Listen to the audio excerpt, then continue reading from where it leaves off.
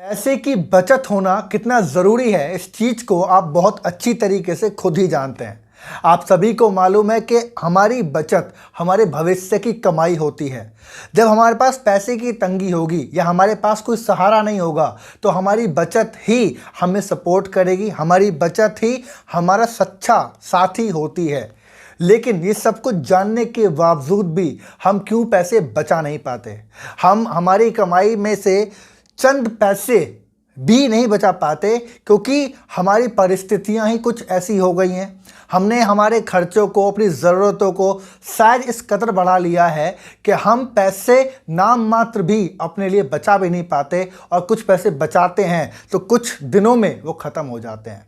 तो मेरे कुछ सवाल आपसे डायरेक्टली मैं पूछना चाहता हूं कि क्या आपके साथ भी ऐसा होता है कि आप पैसों को लेके हमेशा परेशान होते हैं? क्या आप चाहकर भी अपने पैसों की बचत नहीं कर पाते हैं? आपके घर में भी पैसों की तंगी हमेशा रहती है, चाहे आप कितनी भी कमाई क्यों ना कर लें।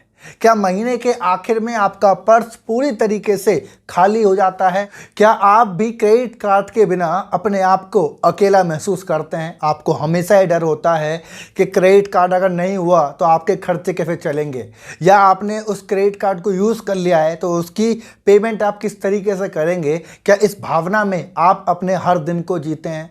क्या सच में आप अपने लिए बचत के ढेर बनाना चाहते हैं? अगर इन सभी सवालों में आपका कोई भी अगर आंसर यस में आता है, अगर आप ज़रा भी ये कहते हैं कि हाँ सर मैं परेशान होता हूँ, मैं बचत नहीं कर पाता हूँ, तो ये पूरी वीडियो, ये पूरा सेशन आपके लिए है और आप फाइनेंस के बारे में ज़बरदस्त नॉलेज को इस वीडियो से लेके जाएंगे। तो पहले मुझे आप कमेंट करके बताइए, क्या आप तैयार हैं इस पूरे सेशन के लिए, इस वीडियो के लिए, जहाँ पर आप बचत के बारे में, फाइनेंस के बारे में और पैसों के बारे में बहुत सारी चीज़ सीखने वाले हैं। मेरा नाम है Ankit Saini, I am sales and business coach, और इस चैनल के ऊपर हम फाइनेंस की, बिजनेस की बहुत सारी वीडियो लेके आते हैं।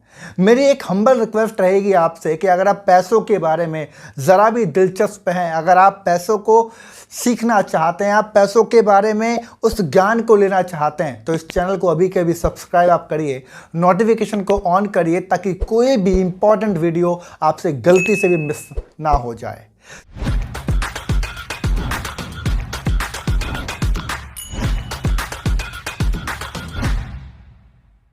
तो दोस्तों, जब हम बचत की बात कर रहे हैं तो मैं कहूँगा उससे पहले हमको दो चीज़ समझने की ज़रूरत है जो कि सबसे ज़्यादा अहम है। वो ये कि बचता क्यों नहीं है। पहला सवाल, भाई ऐसा क्यों हो रहा है हमारे साथ कि हम पैसों को बचा ही नहीं पा रहे, और दूसरा इसी से कंबाइंड है कि बचेगा कैसे। कि पहले तो बचता क्यों नहीं है, इसी वजह को हम जानेंगे। ये वजह बहुत ज़रूरी है। वो रीज़न क्या है कि यार मैं कमा भी रहा हूँ, ऐसा होता है ना आप लोगों के साथ, आप पैसे कमाते भी हैं, आप जॉब करते हैं, चाहे आपका कोई छोटा व्यापार है, आप किसी तरीके से काम कर रहे हैं, आप काम करते हैं, हर महीने आपके पास पैसा आता है लेकिन बचता ही नहीं है। समझ ही नहीं आ रहा ऐसा क्यों हो रहा है। तो पहली चीज़ समझेंगे हम बचता क्यों नहीं है, पहले फिगर को हम इससे कनेक्ट करेंगे और अगला फिगर लेके चलेंगे कि बचेगा कैसे, क्या किया जाए, ऐसे कौन से तरीके अपनाए जाएं कि हम बचत को बेहतर तरीके से कर सकते हैं जो भविष्य में हमारे काम आए। तो दोस्तों, सबसे पहली चीज़ ये है कि पैसा बचता क्यों नहीं है, इसका कारण है आपका खर्च। और खर्च से मेरा मतलब है कि आपका अनचाहा खर्च, आपका एक्सपेंस। ये एक्सपेंस आप इस तरीके से करते हैं जिस तरीके को आप कभी संभाल ही नहीं पाए। आपने, आपके परिवार ने न जाने कौन से ऐसे तरीके कभी न कभी अपनाए। आपने शायद शॉपिंग करने के लिए या बाज़ार में सामान की शॉपिंग करने के लिए, आपके घर के खर्चों के लिए, या तो आपने ही कभी ना कभी अपना हाथ खोल दिया था कि जितना चाहो उतना, कोई दिक्कत नहीं, उतना खर्च करो, जितना आता है उतना खाओ पियो, ये ज़िंदगी है, हमें जितना कमा रहे उतना हमें खाना चाहिए। या फिर अगर किसी पैसे की जरूरत हमें पड़ेगी तो हम कमा लेंगे, कोई प्रॉब्लम नहीं है। या तो आपने इस तरह के सिद्धांत अपने अंदर, अपने परिवार के अंदर कभी ना कभी बना दिए, जिसका दुख आज आपको होता है। आपने पहले कभी ऐसा रहा होगा कि आपके पास पैसों के साथ कमी रही हो, तो उस टाइम में आप अपने दिल को आपने संभाला हो कि यार कोई बात नहीं, एक न एक दिन जब पैसा होगा तो जी खोल के खर्च करेंगे। ये भावना कभी ना कभी रही हो, जिसका रिएक्शन आपको आज मिलता है। क्योंकि एक टाइम था जब हर इंसान इस डिसीजन को लेता ही लेता है।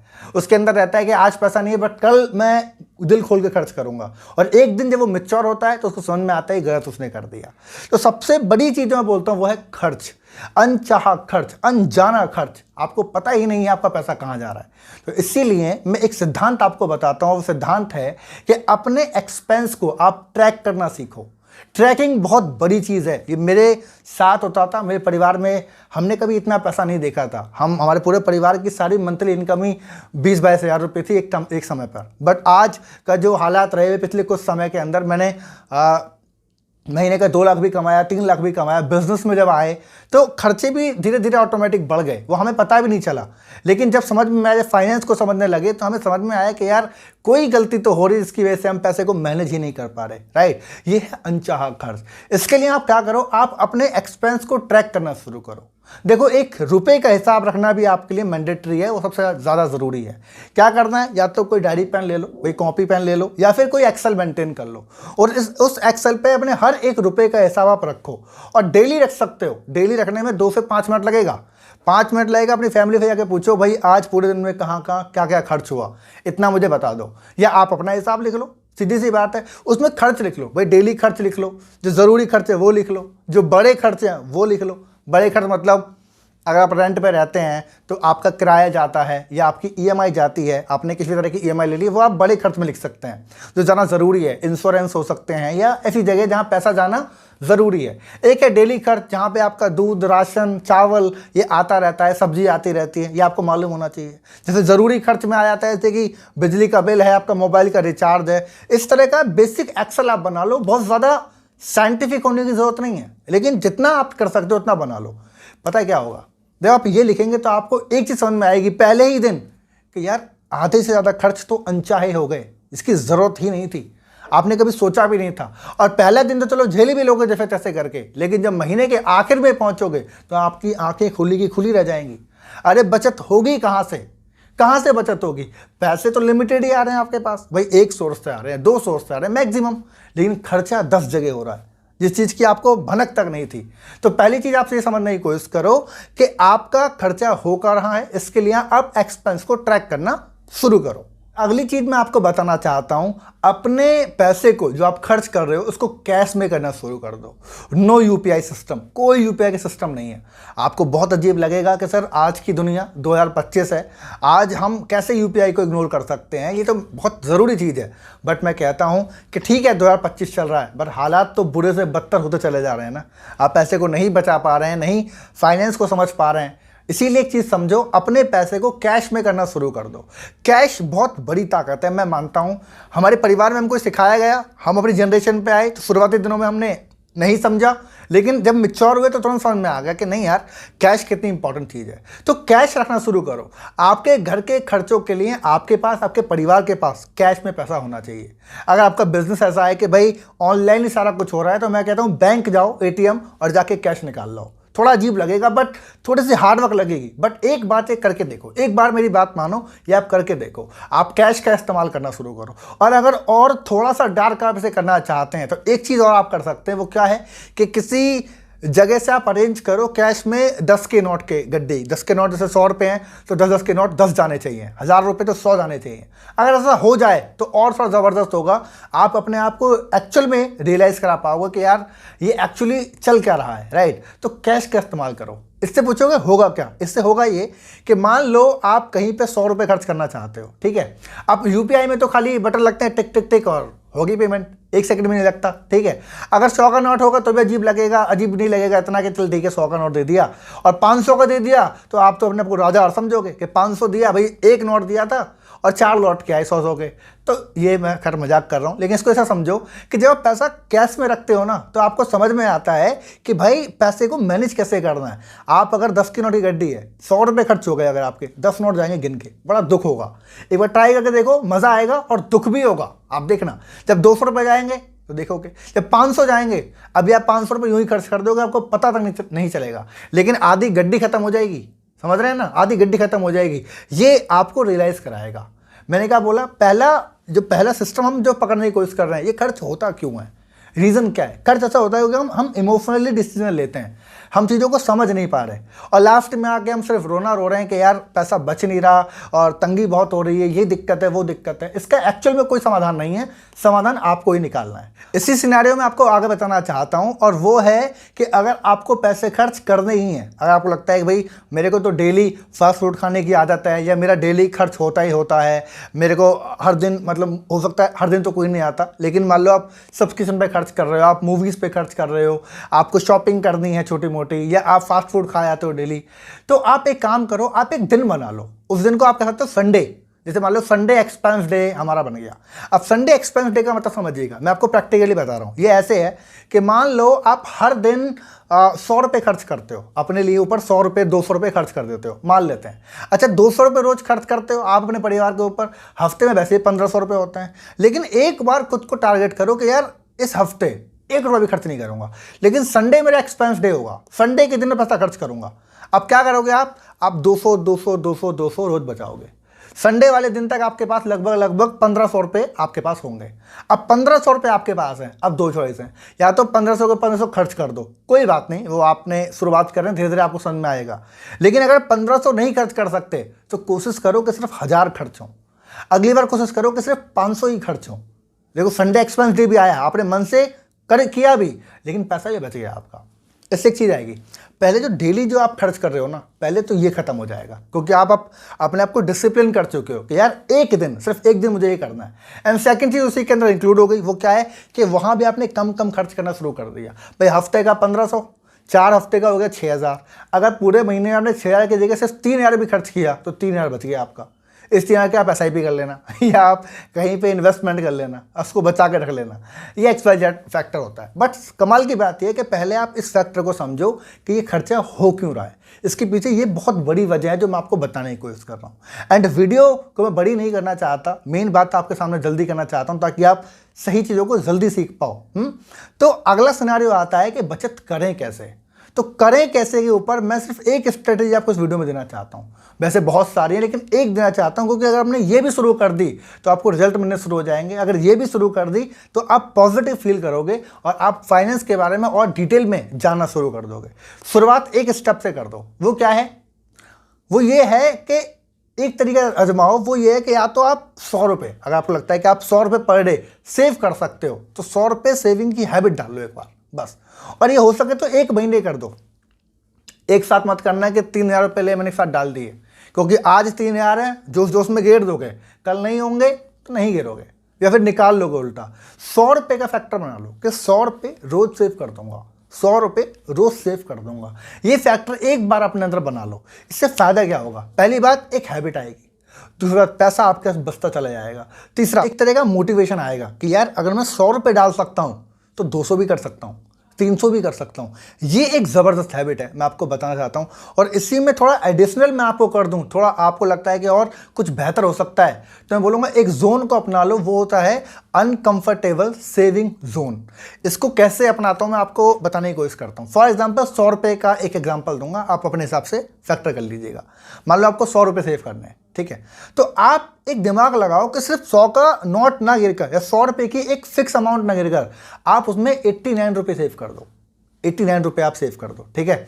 अब 89 रुपये सेव करोगे, इससे होगा क्या? आप बोलोगे सर ये तो 100 से भी कम है। इसका फायदा ये कि अगली बार जब अगला 100 का नोट आप गिरना चाहो तो कितना बचता है कायदे में? 111, क्योंकि 11 रुपये उसके 100 इसके, तो 111 की जगह आप 116 रुपये गिर दो, इससे 205 हो जाएगा। अनकंफर्टेबल का मतलब क्या होता है? अनकंफर्टेबल का मतलब होता है ये एक ऐसा नंबर होता है जो नंबर आपके दिमाग को सुकून नहीं देता है। आप बोलोगे ये क्या चीज़ है? मैं कहता हूँ यही चीज़ है। ये नंबर आपके दिमाग को सुकून नहीं देगा। कहने का मतलब 100 गिरोगे, 200 गिरोगे, 500 गिरोगे, 1000 गैस के अंदर से आ जाएगा, यार 1000 रुपये हो गए, चल इसको खर्च कर देते हैं, या कहीं इमरजेंसी आ गई, इस 1000 रुपये को निकाल दो। पहले अनकंफर्टेबल थोड़ा रखो। अनकंफर्टेबल से पैसा ज़्यादा जुड़ता है। अनकंफर्टेबल एक ऐसा नंबर है जो नंबर कई बार कई हज़ारों में बन जाता है। मैं आपको एक्चुअली बताता हूँ मेरा प्रैक्टिकल। जब मैंने इस स्ट्रेटेजी को शुरू किया था, आज से कुछ महीनों पहले की बात है, कुछ साल हो गए अब तो लगभग, मैं पैसा नहीं बचा पाता था, कमाता था, सारा खर्च हो जाता था, खर्चे बढ़ गए, बिजनेस, बहुत सारी चीज़ रही। लेकिन फिर मैंने इस स्ट्रेटेजी को अपनाया।